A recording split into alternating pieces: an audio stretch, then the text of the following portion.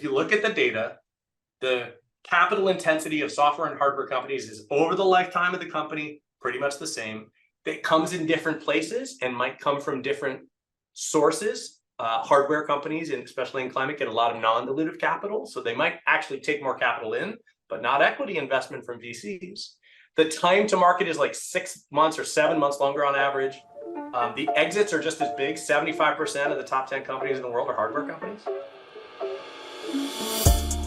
Welcome back to the Clean Techies podcast, where we interview ClimateTech founders and VCs to discuss all things building and investing to solve the biggest challenge of our generation, climate change. Today we are bringing to you an episode with Matthew McGraw, co-founder and GP at Anthro Ventures, aka Anthro Ventures. Matt has a really interesting background, having stumbled into Silicon Valley at the right time and then ended up going on to help, through his company, Rocket Science Consulting, some of the biggest companies in Silicon Valley today, companies like Airbnb and Lyft. And he didn't want to be a VC, but eventually was convinced to help start Anthro Ventures, where they are investing into deep tech and science technology that will enable the climate revolution, technologies that really have a platform effect on the world. We cover his story, their focus, why being a VC is a hard job, how ClimateTech is essentially re-industrializing the world, and why that's a good thing. He also offered his advice to founders, and we closed off by discussing the role of climate tech startups in the governance and ESG movement towards a more equitable future. Now, it was also a really great guest in general. I'm really looking forward to having him on again in the future, and I'm confident you will enjoy this episode. Oh, and one last thing, be sure to check out Climate Capital Summit, hosted by Equal Ventures next week in NYC during Climate Week. If you recall, we recently had Rick Zullo from Equal Ventures on, and they are hosting this incredible event in New York City, and be on the lookout for the content that comes from there. Another Climate Week shout out, if you are a climate tech VC or startup hiring, and you're in New York for Climate Week, you can reach out to book an in-person meeting with me at the best pastry shop in Union Square, and we can discuss your hiring needs. Link in the show notes. Enjoy the episode. All right, welcome to the show, Matthew. How's it going? It's going pretty well. How about you? I can't complain. It's been a beautiful week in New York. I leave the windows open and it's just chilly enough that you can put on a sweater. So it's nice. It's very nice.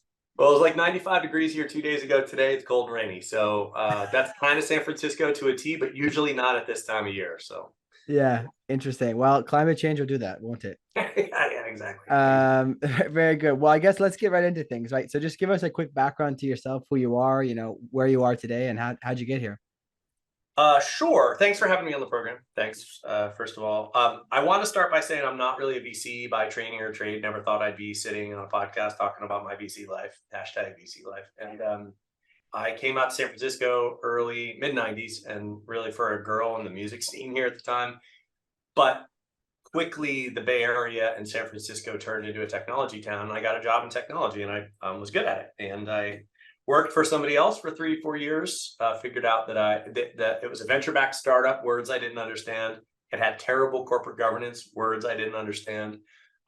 Doing technical delivery and technology enablement, words I didn't understand, to other quickly scaling startups that were venture-backed, words I didn't understand. I was lost. I was like a young kid going out every night, getting drunk and having a good time. And I had this job and I was good at it and it was amazing, but I hated how the company was run.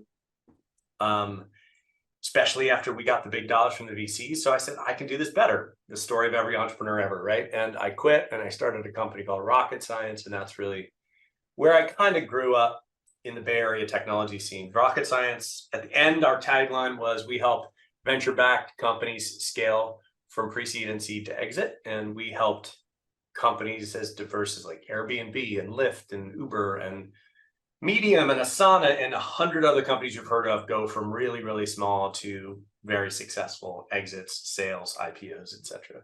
We did that through technology enablement, but also a lot of other things: business process automation, co-location, SaaS, technology enablement writ large, service and support, everything that you could think of, managed services, everything. We had 13 lines of business. And we got quite large. We had offices all over the country, or we had a lot of staff, a lot of employees. I never took venture because I thought that venture dollars weren't right for that kind of business, even though we were offered it quite a bit. Great decision, by the way. Not every company needs to be venture backed. And I did it for a long time. And the culture there was great. The staff was awesome. They were and still are some of my best friends. Really had a great time. Never thought I'd leave. Never thought I'd sell that company or ride off into the sunset or whatever. But in 2014, I did. I sold the company. We sold the company. Half of it was employee owned at the time. And reasons there were a couple different reasons. I've been doing it for 15 years. I was tired. The companies that we were helping were not cool anymore. They were like, the DoorDashes and Postmates of the world. It was like delivery service, but not just pizza. And it wasn't as disruptive or innovative or whatever kind of buzzword you want to use. Hey there. Quick break to remind any founders or VCs listening, if you are looking for deal flow, seeking to raise funding, looking for partners to help service your needs, or perhaps you're looking for corporate investment partners, feel free to reach out to us through our Slack channel, which can be found in the description. Because we meet a lot of people in this space, we set aside time each week to make introductions to the various people that we encounter. This is something we do free of charge in order to help these incredible companies solving climate change to scale. Looking forward to hearing from you in the Slack channel. And the industry become kind of toxic. It kind of the tech bro thing really had happened, and I was like not interested in that, not my scene at all. And so it kind of felt like the right time. I had a newborn too at the time. I've got a big family, and but our youngest was born right around that time. And I said I'll bounce on a yoga ball with the baby for a while, and sold that company and retired. But here we are. So that the story gets interesting from there on out. My wife, who is the best part of my life. She has a background in public health, focused on food systems and food security on like a community level, but she's got an infinitely curious mind. So she decided to go back to school for food systems and global agriculture, which is like the meta version of what she knew a lot about. And then that invariably led to us talking a lot more about climate and getting involved in climate. I was a smart cities guy, so I kind of know the built environment. She knew ag. We just started tuning our angel investments towards more climate related things. And then in 2019, I have a dear friend who is a VC, a blue-blooded VC. He's my partner at Anthro. His name is Jim Betcher. He's on the Midas list. He's like got $1 billion under management under his last fund and a couple other funds before that. And he's the kind of guy that's got the original Patagonia vest behind glass at his house. So you can break it when we do deals. And he called me up and he's like, look, I want to start another fund. My partners at Focus, his old fund, don't want to do it. They're old and want to retire. I got juice for 2 or 3 more funds and I want to do it with you. And I was like, absolutely not. No way. I'm retired. And I'm doing a lot of other things, not working all the time, but I didn't have to do anything. And I knew if I got into the gig, I would want to do it. And venture is a minimum 10-year commitment. But if you want to do it right, and I always want to do things right, it's going to be a franchise and it's going to be a forever job, right? And so I said no. He and my wife kind of conspired. She was like, look, you can help on the climate. She was a climate warrior at that point, and I was too, but she was really into it and really knew more about it than I did. She said, you should do it. And Jim said, you should do it. And then they had lunch and conspired against me and wore me down. And then Jim said, look, you helped pre-seed and seed stage companies scale to exit. That was your whole career. And you did it really well for some of the most successful companies of all time. And you need to do that for these PhD founded deep science companies that are going to solve the climate problem for us, because they've never done the business thing before. They've never scaled a business from 0 to $1 billion in 3 years. And you have helped do that again and 400 times, 450 times. And when he said that, I was like, shit. I've got something to bring to the table besides being like white, relatively wealthy and in the right place at the right time. So I have something to bring. And I said, well, I'm interested. Okay, maybe. And then we took about the year of, I think it was 2021, to think about what our thesis would be and to think where we'd fit in this kind of really at that time, different now, very different now, but at that time, very, very small climate VC community. And there were big boys. It was like Breakthrough, and I think Lower Carbon had just started, and these were like had weight, but a micro fund or a small fund doing pre-seed and seed was not a thing at that point. And I wanted to do it right. I'm a nerd when it comes to the governance of an organization and the kind of mission, vision, and values of so I was like, we've got to get this right before we start. So we took a year and really thought about that. We found a third partner named Alicia Cha, who is the absolute gem of Anthropocene, by the way, and agreed on a thesis and agreed on our take on the world. And then we said, let's launch. But let's launch a small proof of concept fund. Let's do $10 million. Jim has, he could raise hundreds of millions of dollars. I've got a pretty good network myself with the founding teams at all those companies I just mentioned. Hey there. Are you building a ClimateTech business and looking for very specialized talent? Consider reaching out to our sponsors, NextWave Partners. NextWave are experts in talent acquisition, recruitment, and retention across the ClimateTech, renewables, and ESG spaces globally. So if your team is growing or you're looking to make a career change yourself, feel free to reach out to NextWave at next-wavepartners.com or reach out to one of their consultants directly via their LinkedIn page.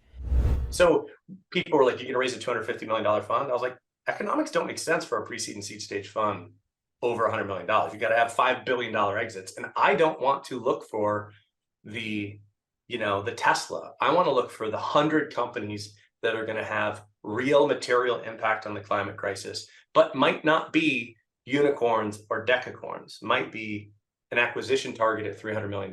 And you can have a really successful fund if your fund's under $100 million, underwriting to that $300, $500 million exit, where you can't if you have a $250 or a $500 million fund. I always thought that mega fund sizes were crazy. They were I thought that they were untenable. And it turns out they were, right? At the time, everyone was like, you're doing it wrong. You got to go big. And I was like, I want to find out whether Jim and Alicia and I work well together first.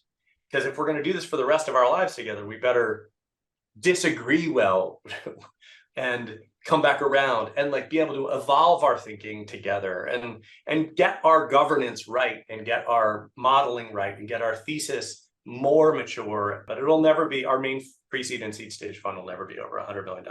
I just had coffee, so I'm rambling. No, this is great. I love this. I think there's so many really interesting things here. Obviously, I love the story. I love the fact that people conspired to get you to do something that they knew you'd be good at. I think it's cool. I also think that it's quite interesting that you're talking about the economics of the early stage fund. I wouldn't mind doubling back a little bit on that and Sure. have you kind of maybe double click on it for people who, I think you're maybe not the common situation. A lot of people, when they're presented with an opportunity, VC are going to be like, salivating over like, this is amazing, like blah, blah, blah. We got to do this. And let's raise a huge fund because we're going to get massive management fees. And then at the bare minimum, we're going to be living nice lives until we run out of money. And then we'll see how it goes down there. We'll worry about the reputation later. So could you talk about that and why it's important to focus on the right size of fund? Can you give people guidelines for that? Especially there's a lot of people raising money right now to try to build these VCs. So it's a really hard topic to unpack in an efficient way. This is like lots of conversations over beer late at night in the dark at the back of the bar, but I'll try. So first of all, I come from an incredible place of privilege. I don't have to work. And my original privilege is I have just a fucking amazing, awesome family who love me. And I never feared failure because I could always end up on my couch at my sister's house. And that would be fun and awesome. So like number one privilege, but like late 20th century America, white, kind of smart, go to a good school, move to the Bay Area right at the beginning of the Cambrian explosion of money and startups. Right place, right time, right look, right vibe, right? So as hard as I've worked and to earn it all, I would never have gotten to the place where I am today if all of those privileges weren't in place.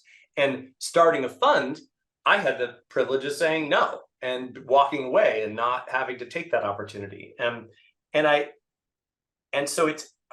guess the reason that I say all that is not to put myself in place, but to say that the only reason I could do it and do it the way that I have done it is because most constraints that most people have, I don't have. And so it's really hard to start a VC fund. I think 3, 4, 5 years ago, everybody thought it was easy. Rolling funds were coming on, all of these like micro funds were coming on, and people were like, we can do it. A lot of money, a lot of people had paper money here in the Bay Area and New York because the startup boom and the valuation boom from all these mega funds, right? And so it seemed like going and raising a $10 million funds as a solo GP and putting it on Angel List and collecting $500K in fees or whatever, fucking awesome, right? All that's come crashing down. The macro is totally different. Raising money now is really, really hard. You have to convince people, not that it might be a good idea and you like me, but you have to have real depth of thinking and data to back it up and maybe a track record and a whole lot of absolute luck. And a network, right? You have to know people who actually have cash, not paper in some startup that used to be worth $5 billion and now is a $300 million company. So it's really, really hard to do. And I want to disabuse people who are like, I want to get into VC. It's the coolest job in the absolute world. I get to meet the smartest people on the planet, talk to them about something really cool that they're doing that's going to save the world, and then potentially give them money. That's awesome, right? But the hard part is most of my job is raising money, is talking to people and hearing no. I hear no all the time. I'm not a guy that's been in a position in his life that hears no a lot, and I get no 10 times out of 11. For lots of different reasons. For some valid, some not. Some they don't have as much money as everybody thinks they do. Most people aren't as rich as they think. So the smaller, I'll get to the macro part that you wanted me to get to though. The smaller the fund, the smaller the outcome that makes your fund successful. So if you have $100 million fund, you have to model every company, you have to underwrite every company's potential exit to return the fund. Now, you don't have to do that, but if you do the math over the course, there's lots of real data-driven information here, and I implore you to go to OpenVC and Kaufman and there's plenty of resources out there to show you the math. And there's a company called Tactic. It's a startup, pay $1,000, get this tool. It's a financial modeling tool that VC funds can use. We use it. It's fucking awesome. You will see that every time you add a zero to the end of your fund, you also have to add a zero to what a company has to exit at for you to make money. And you have to think that, most companies are going to fail. They're going to return 0x of your investment or 1x or 2x. Now, as an angel investor, if I put in $100,000 and 5-6 years later, I get $500,000 back, big win, right? A VC fund, you do that 10 times, you have 9 go to 0, you get $500,000 back, but you had $5 billion that you deployed, you just shit the bed. And so you need that company to exit and give you $50 million. And so there's math to this. I won't go into the details there, but most people like to say, I am underwriting for every company to potentially return the fund. If you have a $10 million fund, you have to have an exit that grosses you $10 million, right? So it gets to be impossible. If you have a $300, $400, $500 million fund, you need a $5 billion exit. Mm-hmm. And you have to have invested in your pro rata so you still get the same amount of money. It's really hard, basically. And you're looking for the power law to take over, where if you have 100 companies, you're going to have 1 or 2 that exit big enough to return the fund, the rest go to 0, and you can go back and ask people for more money and do it again. At a smaller fund size, it is higher likelihood that a smaller exit will help you return the fund. So you don't have to model for that really big outlier that exits at 5 billion. You could have a $500 million exit that really returns your fund. And if you look at the data, smaller funds perform better, earlier funds perform better. And I think that's because earlier funds, you're not pattern matching against your past performance. You're going out and kind of creating a pattern matching framework. And so I think you just try harder. And earlier funds are smaller, so it's easier to show that success, that 3 to 5x, that is kind of the ask. But now, because of the macro and in interest rates, you really have to do 5 to 7x to be a good fund, to be worth it. Because other people just, you can invest in a mutual fund and almost make the same amount of money. So all of this is to say, it's really hard to be successful as a VC. And I think that people used to think it was easy because markups is what people talk about. I have a 10xer.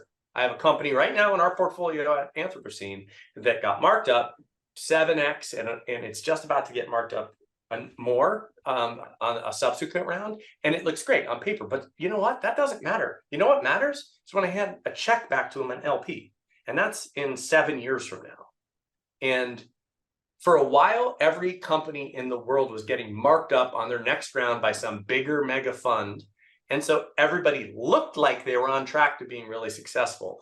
Almost no one is looking that way today. And, it's called DPI, and DPI is the only thing that really matters to me. All of the other numbers that kind of track performance before you actually get a return, before a company exits and hands you cash back on your investment, it's all made up. Hey there. Are you building a climate tech business and looking for very specialized talent? Consider reaching out to our sponsors, NextWave Partners. NextWave are experts in talent acquisition, recruitment, and retention across the climate tech, renewables, and ESG spaces globally. So if your team is growing or you're looking to make a career change yourself, feel free to reach out to NextWave at next-wavepartners.com or reach out to one of their consultants directly via their LinkedIn page. Yeah. And it can go away in a heartbeat. Yeah, I think this is interesting. Obviously, there's a lot of interesting things that you've said here. I want to maybe just have people take a step back and consider the point that I think is really important, which we don't have to go into it anymore, but just to have people think about it, is the intention behind when you started Anthro to test it out, right? To test the waters and see if you work together well. Because I think too many people, they think, oh, we've got the right people to make this work. Let's go do it. And they just completely go, headlong into it, when there needs to be some thought about like, what can we actually make as an outcome? And in particular, your situation is good. I think that it'll be interesting to see some of the larger funds that do come around to help with the later stage rounds, because we will need that at some point. But just to encourage people before you jump into VC, really consider, because I think that the money can be really, especially for young people, I think it can be really, or people who don't have it, can be really tempting. And then you might want to think of like, do I actually want to make any money running a VC fund though, man? That's the thing. If you're getting into it, if you're like 25 and you're a hot gun and you think you're going to do this, you don't make a lot of money as a VC. Like on a $100 million fund, that's $2 million a year in operating expenses, roughly, if you do normal. $2 million for a $100 million fund is hard. Your salary, your partner's salary, maybe a third partner or a junior partner, and then you have to have an analyst, and then you have a whole bunch of external vendors, your fund admin, your CPA, your lawyers. Your $2 million isn't enough.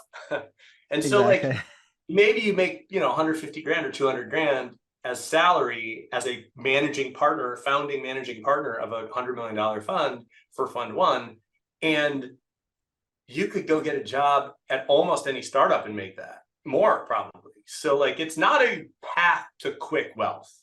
If you pick well over time and you have multiple funds, by the way, the fees are not what you should be tuning for. Like, you can always make more money as an investment banker. You can always make more money as an entrepreneur. Start your own company if you want to get rich. Don't become a VC if you want to get rich. And by the way, rethink your priorities if you want to get rich, because that shouldn't be your end goal. But here's what I think. I think the question that you really want to ask is like, or kind of the thing that you find interesting about me is like, I really was thoughtful about this. I was really thoughtful because I've got a great life. And like, if I'm going to spend this much time doing something, it's got to be as great, or if not greater. And to do that, I want to be intentional about it. And it's not just about financial modeling, which you should know, you should figure that out. By the way, as an entrepreneur, I had a great CFO.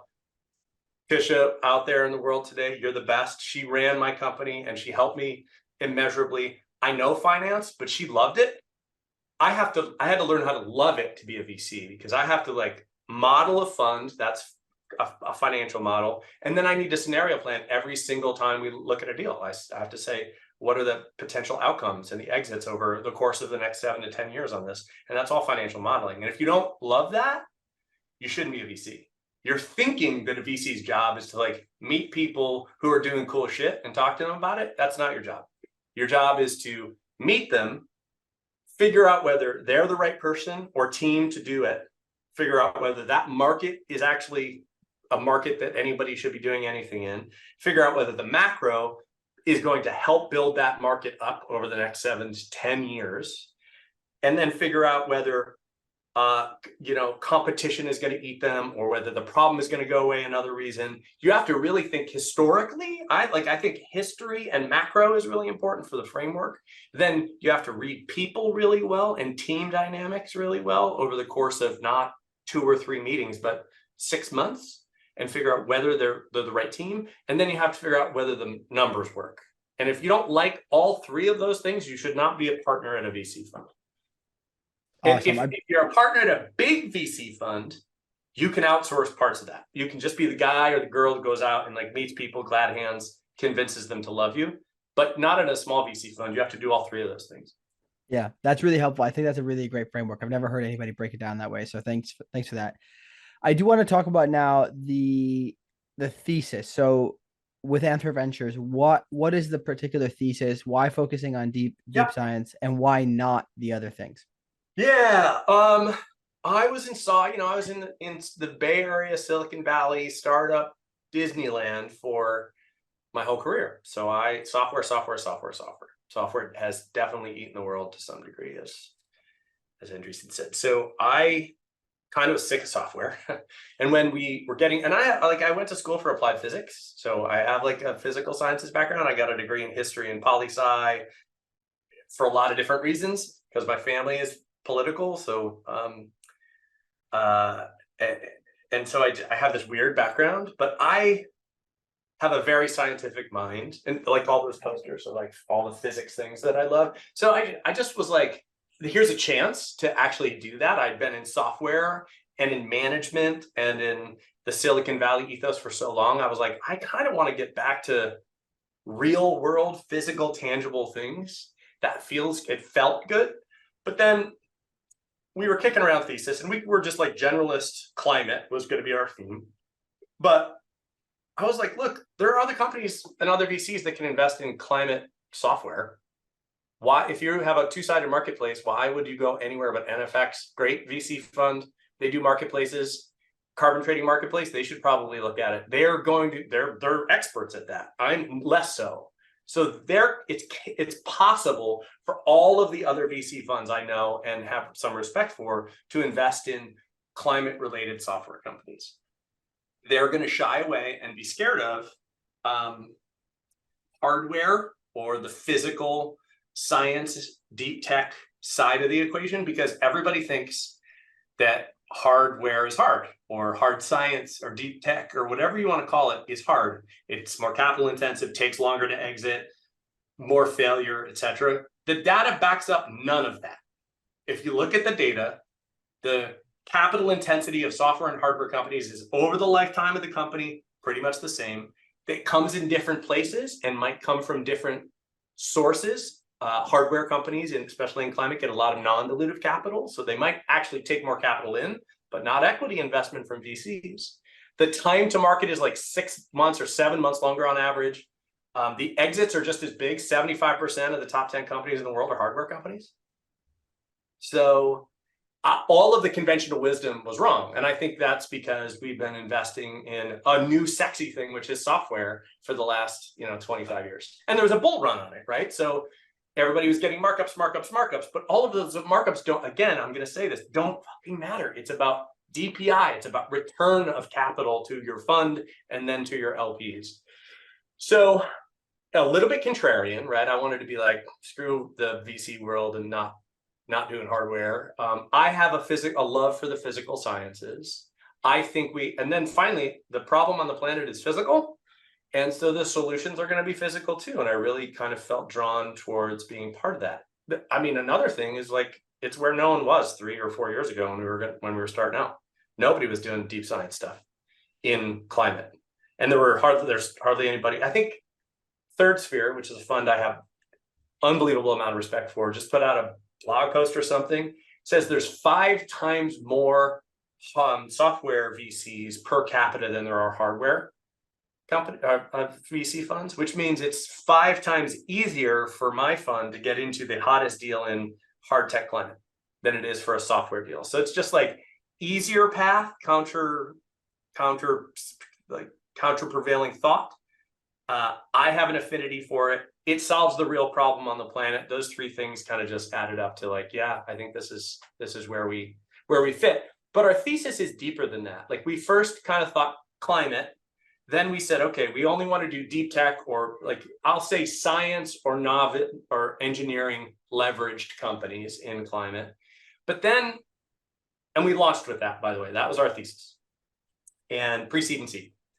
And since then, our thesis has deepened quite a bit. It hasn't changed, but we understand it more now. We really focus on enabling technologies, not kind of consumer endpoint solutions. So I'll give you an example. I would say a heat pump company, probably not going to invest in it, but a company that enables heat pumps to be cheaper, better, faster, quicker to roll out, enables that market, we would invest in that. And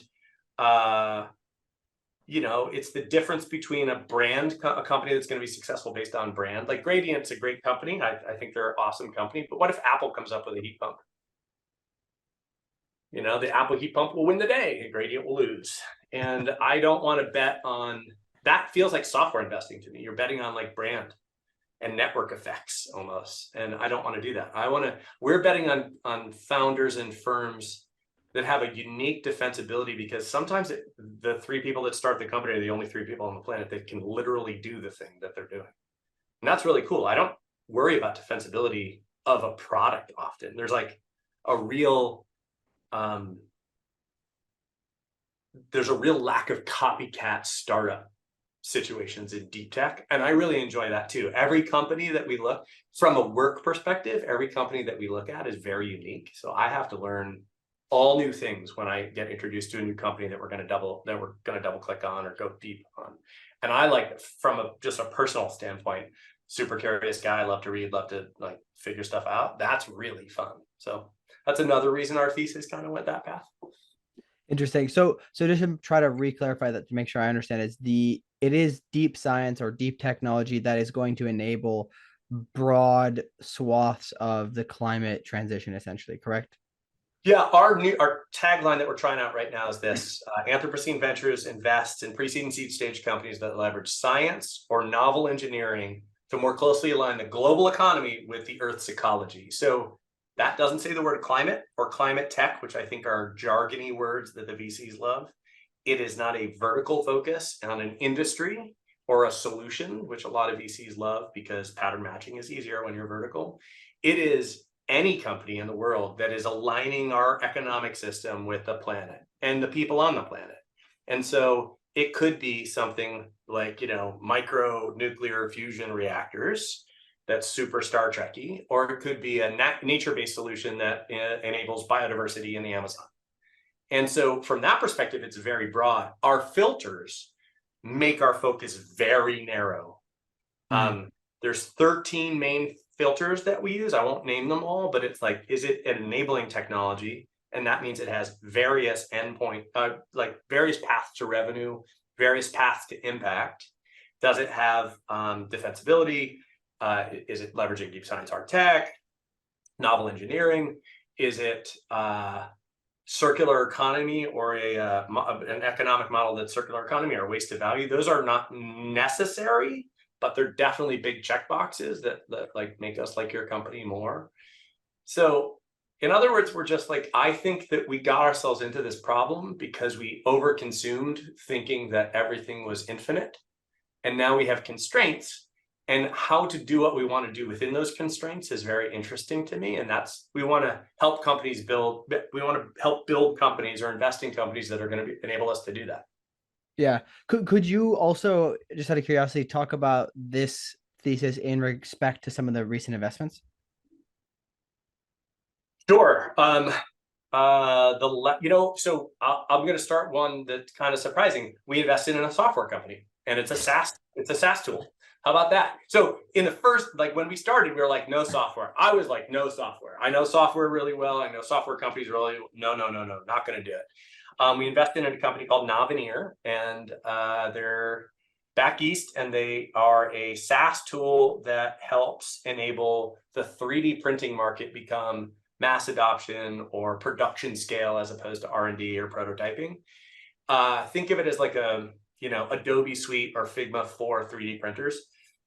Really cool founder, expert in this space, understands that it's not just design, it's like physics and design have to be molded in a 3D printer world. If this tool does what he is designing it to do, and it does, then 3D printers become potentially production level scale for manufacturing things with supply chains being on site. Mm-hmm. That's really cool. That's a Star Trek future I want to enable, right? And so 3D printers, the hardware technology is really advanced over the last decade or so, and yet the software hasn't. It's like, laser printers in 1999, where the printer is printing great things, but like the software was like, you want to stab yourself in the side of the head when you use it. Why did we do that? It's not deep tech. It's not novel engineering. It does use some physics in the model, but I don't want to pretend like that would have passed muster when we first started thinking about this fund. We would have said, it's software, we're not going to do it. But it's a company that aligns the global economy with the Earth's ecology, right? So we made an exception on one of our filters, deep science, hard tech, so that we could invest in a company that we could think could have a really big impact, enabling hardware and a physical solution to a physical problem on the planet. Yeah, so, I mean, your ideal scenario is where you can create something that's going to allow the people who are not deep scientists to actually go and actually make an impact, right? So people who are like me, coming from the middle of nowhere, hillbillies, right? We want to be a part of this, right? Yeah. But we can't. I'm not going to be playing in the lab with molecules. I don't know how to do that. A little aside here. Another thing that drives me is I'm from a town called Troy, New York, which is an old mill town. And it's like a 30,000, 40,000, 50,000 person town. It was built bigger, and it was a boom town at one point. A lot of like scientific equipment, manufacturing, mills, factories, etc. And there's still that ethos there, right? And I grew up and I was like the weirdo because I read books, and I went to college, and then I moved out here, and now I'm like a tech guy, VC, right?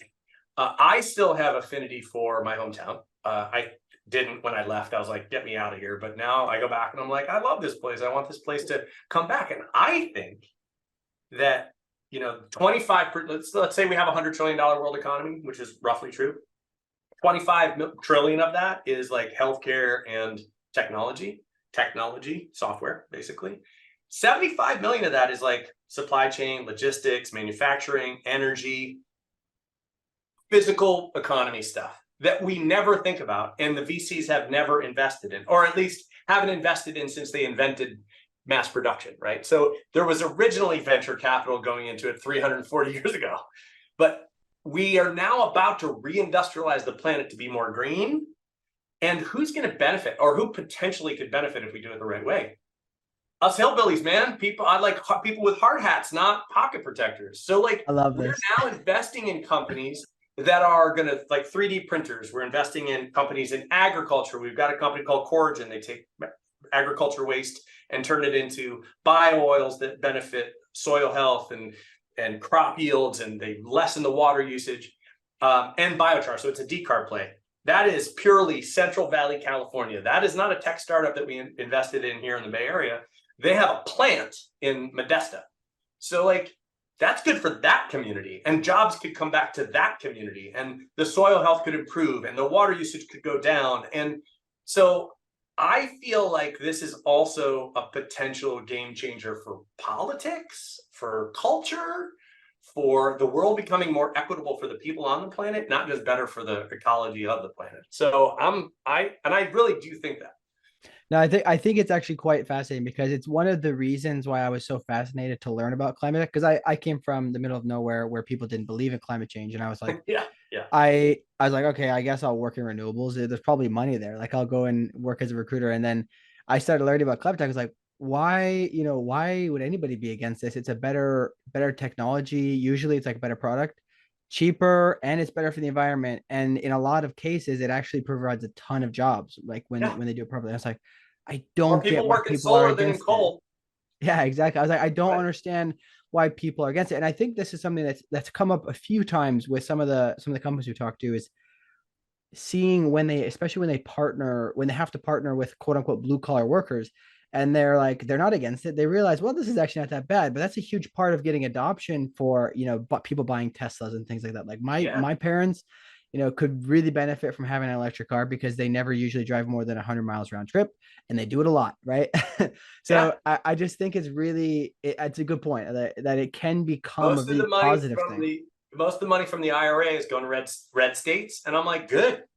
like that's not a bad thing. Like I know people who are like, oh, but they don't even believe in climate change. I'm like, I don't care about that. I care that maybe we're reinvesting the kind of money we should have been investing in those communities anyway. And the economic prospects for people are going to rise. And then guess what? They're going to be less pissed off about us people in cities. Like it could be Exactly. beneficial to all of us to have a little less us versus them. And this is really like we're reindustrializing. I truly believe we're reindustrializing the planet right now. And if we do it right, it's going to be better for everybody.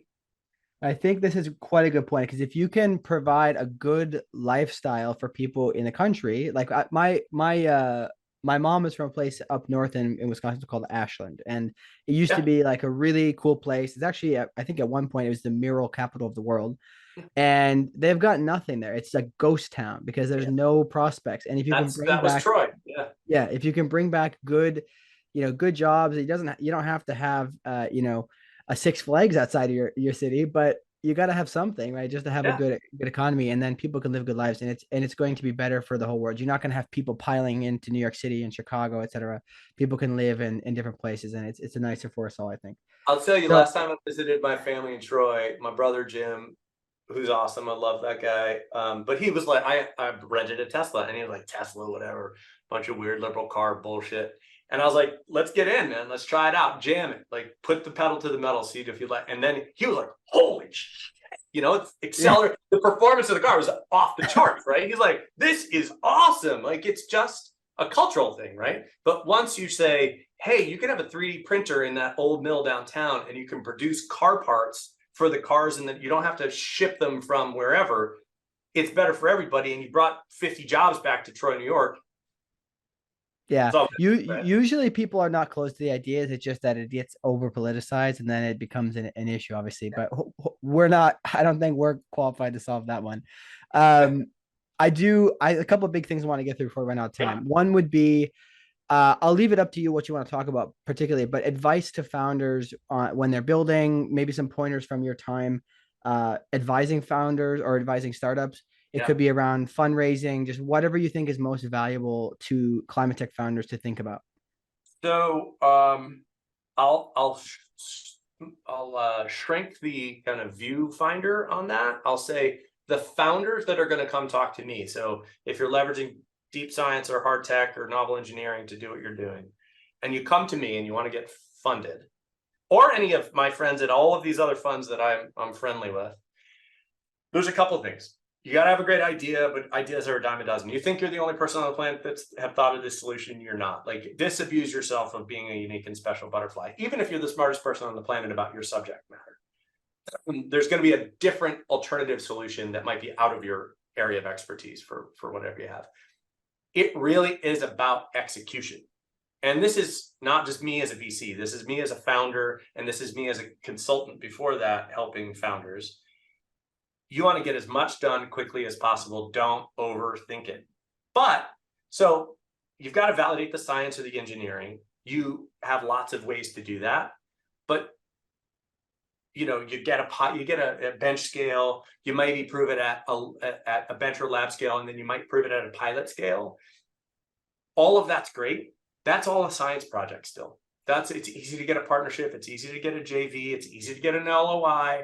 Those things sound really good from your perspective. I don't care about them as much because anybody should be able to get them. If you can't get them, that's a big red flag. If you do get them, it's kind of like table stakes. What I want to see is that you thought about your business. Now, you don't have to have clarity on the direction of your business when you're at a pre-seed or even seed. You don't have to have clarity on go-to-market at seed. You don't have to have a business model at pre-seed that you're going to be attached to. All I really care about is that you've thought about it, that you've been intentional about it, that you've considered it. There's so many people that I see that are like, we'll figure that out later. No, you won't. You don't care about it. If you're not thinking about that at pre-seed, you don't care about it. And it's the last thing you want to deal with. And that's where you're going to fall down. You could have the best widget in the world and you don't know how to sell it. You don't know who to sell it to. You don't know how much to sell it for. You're going to change those three things 50 times before you get to your Series A. But I want to see you think through it and why you think through it and your assumptions that you're making about when you decide on how to think through it, because the quality of your thinking is more important to me than your decision on it, because you can change your decision. the other thing is in deep science stuff, you can't really pivot your product, but you can pivot your go-to-market. You can pivot your, your vertical that you're attaching it to. You can pivot your business. You just can't. In software, you can pivot your product pretty easy, or it's easier, I should say, not easy. But in, you have a cargo container size thing that takes in agriculture waste and sticks out biochar and bio oil. That's what it does. You're not going to make it, create unicorns or, fairies or whatever out the end. But you really have to think, am I going to sell it my products direct to farmers through distributors? You have to think through the business decisions. And like I said, don't get attached to them. You're going to change them. But I want to know. And by the way, I have to underwrite to a certain financial outcome. So when I say, I don't want you to have like 5-year revenue projections that are detailed, I think at pre-seed, they're all made up anyway. But I want you to have thought through it. I want you to think, here's a bull case, here's a bear case, and here's what I think it's going to be if we go into this market, which I think is the right market because of A, B, and C. Those are numbers that I will use to build a financial model and scenario plan potential exits to see if it even makes sense. The other thing that I will say, and I can't say this strongly enough, don't overvalue your company. We are not in 2021, and all those companies in 2021 and 2020 that had $25 million pre on a seed are screwed. They can't raise money now. And you want to be reasonable. You don't want to give up more than say 20 to 25% of your company every round. Probably there's definitely different scenarios for everything. This is not a one size fits all. Don't take my financial advice, all that crap. But I can see so many companies coming in and say we're $12 million or $14 million pre valuation, and I'm like, no, yeah, that's okay. I love your company, and I think you're going to be successful as a business if you get funded, but I won't make any money on that deal. You have to understand, maybe that's the meta. Ask the right questions of people like me. What do you underwrite to? What do you want to see from a financial outcome for my company, so that I know if we're speaking the same language, if we're even in the same ballpark?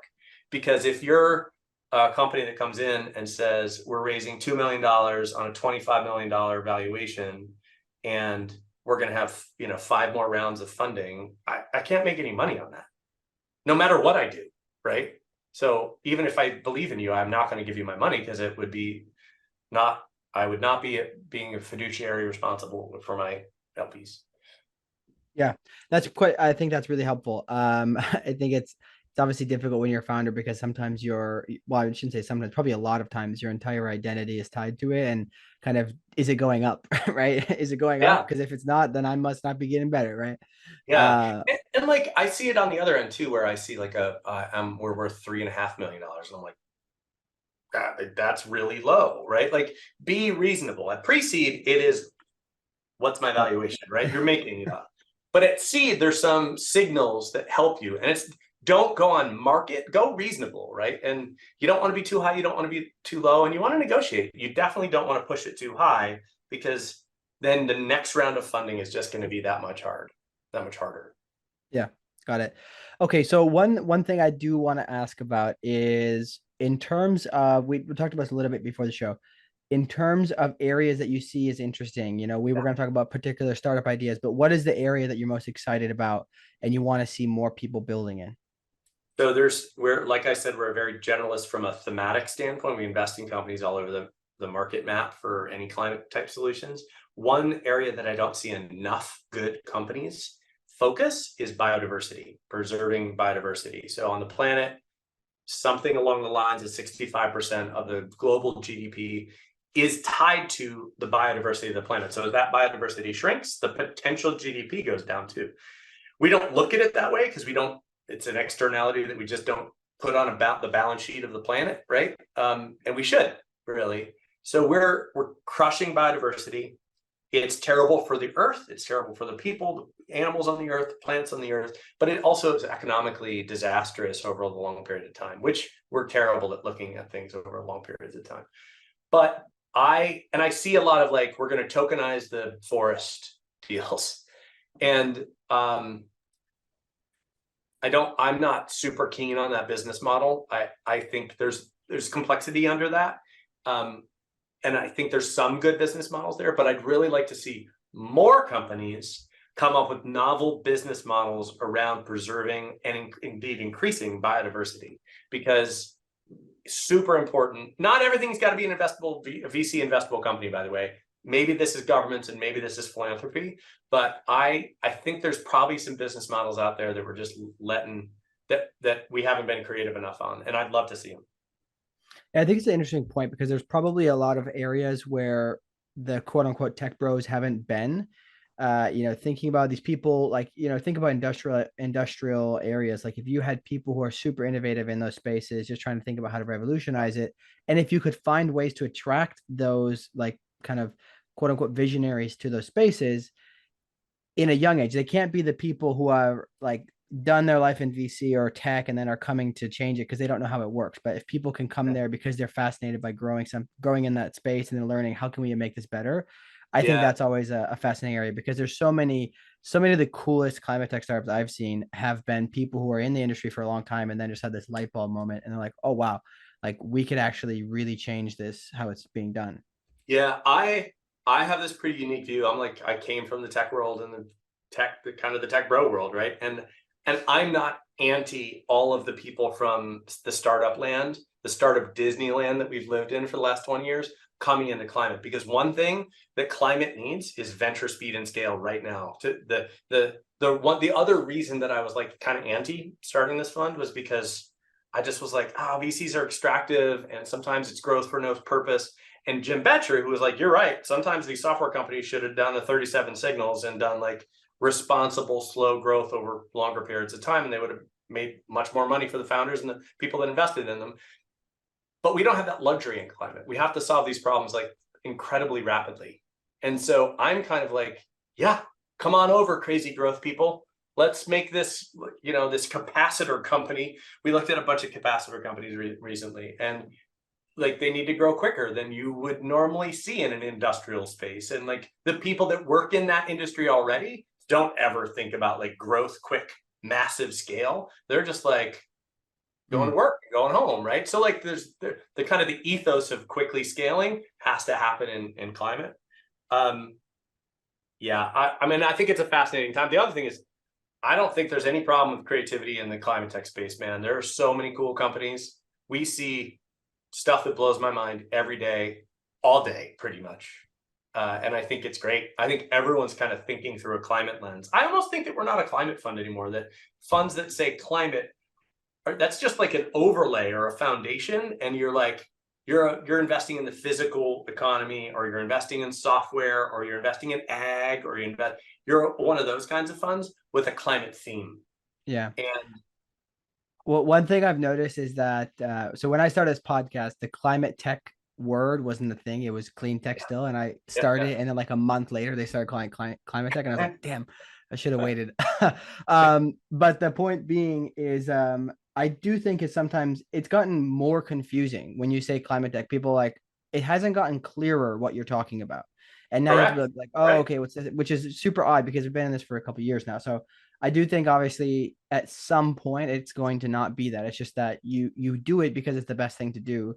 And because if you're not doing it, you're probably not going to be achieving, good outcomes because you're just doing something that's kind of pointless. Everybody has to be focused on this way, right? Yeah, that's actually a really solid point. One of our filters, and probably the most important one, is the solution you're bringing to the table has to be better and cheaper than the one that's already existing. It can't be like some green premium stuff. 10 years ago, maybe I was like, okay, you're doing it for the good. You're maybe concessionary as a fund. We're not. We want to beat the market. And your solution to this problem that people in the real world have today, that's not just a climate problem, but a problem in the business, has to be better and cheaper. And full stop. Like, we don't invest in things with a green premium. I think that's part of what's going to get more people, like quote unquote, the average Americans or the average Joe behind these things is not thinking about electric cars are better, Yeah, I don't think that they really respond well. At least I know my relatives don't respond well to people shouting at the sky, right? They care about like, is it a better business? So I think that to an extent, the kind of really pessimistic outlook, obviously, it certainly has the truth to it, but the super pessimistic outlook and just kind of doom scrolling is really been counter counter to getting things moving, actually, in a lot of cases. Yeah, I don't want to ever kind of shit on the scientists that are like painting the terrible picture, because it's accurate and true, but that never really inspires people to action. And I'm not a climate doomsday guy, because I just wouldn't get out of bed. I'd be Yeah. like, okay, I'm done. Let's play video games and drink beer for the It's short, terrible time we have left on our earth, right? So like, I need to be energized by saying, I think we can solve this. And so I just think that's a more powerful approach. Yeah, I just heard the term recently, the solar punk, that you're kind of optimistic about the future. I think that's super cool. I wanted to put solar punk on my LinkedIn, but it might confuse people because I'm in climate now. But one last thing, I want to get one last thing out of you. You mentioned a couple times early on this, bad governance and how some of these tech companies are run, and how you guys care about that. Can you talk a little bit about the responsibility of, let's call it again, climate tech companies to build good technologies, but also to run their companies in an ESG aligned way that is responsible and takes into account all these things about including other people? I would really like to hear this because I don't think I've had anybody talk about this before. Wow, so that's a huge topic. I'll try to do it justice in the time that we have, but I think I really like people who have a lot of integrity. And so if you're a climate tech company and you're doing the climate tech thing and you're solving for this one KPI in climate tech, let's say you're a CO2 drawdown company and you're a DAC company, a direct air capture company, and you're drawing this down, but your entire supply chain is shitty and you treat your people poorly, I think you're terrible. I think you're like less than good. And I think the reason that I think that is the reason that we've got in the position that we're in on the climate crisis is because we didn't think holistically. We didn't think about second and third order effects. We just thought about the thing right in front of us. We were very short order cooks.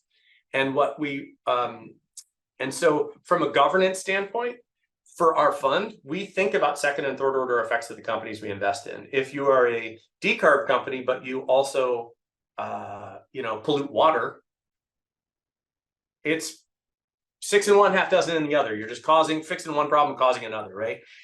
That's why we like circular economy kind of economic models or waste of value, because we feel like that's going the opposite direction. Second and third order effects are actually even better and make it a more palatable deal for us. And I think that it's very easy for domain experts to get focused on the problem they know how to solve. And I think as a CEO, it's your job to think laterally and broadly instead of very vertically and very focused. You can hire people in each department to do the thing that you need to do. And I think it's really hard for some of the founders to think that way. I'm also kind of a justice and climate justice are the same thing. And climate justice is part of the climate fight kind of guy. If we solve all the problems on the planet, but the people on the planet are still screwed, what's the point? So I also think that we look at companies, we invested in a company primarily not because of its kind of climate benefit, but of its environmental impact for manufacturing facilities, like the general health and well-being. They're going to affect the general health and well-being of the communities around the manufacturing plants where their product is used, and for the people that work there. And that was our first investment. And people were like, that's not really a climate company. I'm like, it sure is. The ecology of the planet involves the people on the planet. So we have to think about it holistically. I kind of think otherwise you're being like, VCs love to specialize and pattern match and go vertical. And I think that's what I've always disliked about the VC industry. And I think that climate is the ultimate horizontal complex systems problem. And if we don't think about it that way, we're just going to end up with different problems. And how boring is that? Yeah, that's a good point. I think it is a really hard topic to go. There's a lot of things I'd like to go. I especially was disappointed to see how a lot of the software climate companies did the same thing that Silicon Valley did, which is just hire a ton, do the kind of irresponsible hiring thing. And then, the economy is bad, we're going to lay off a ton of people. Super irresponsible management. And I was like super disappointed to see that, because I truly believe that the ESG and climate movement all have to go together. Like, they can't be separate.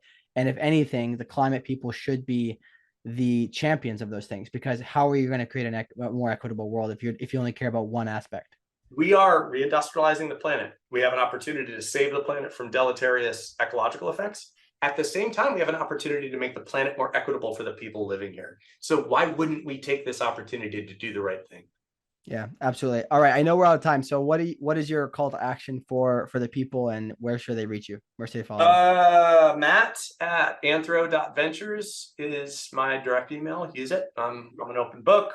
Founders, hit me up if you leverage deep science or hard tech. So, Cool. all right, man, this has been a great. All right. See you later.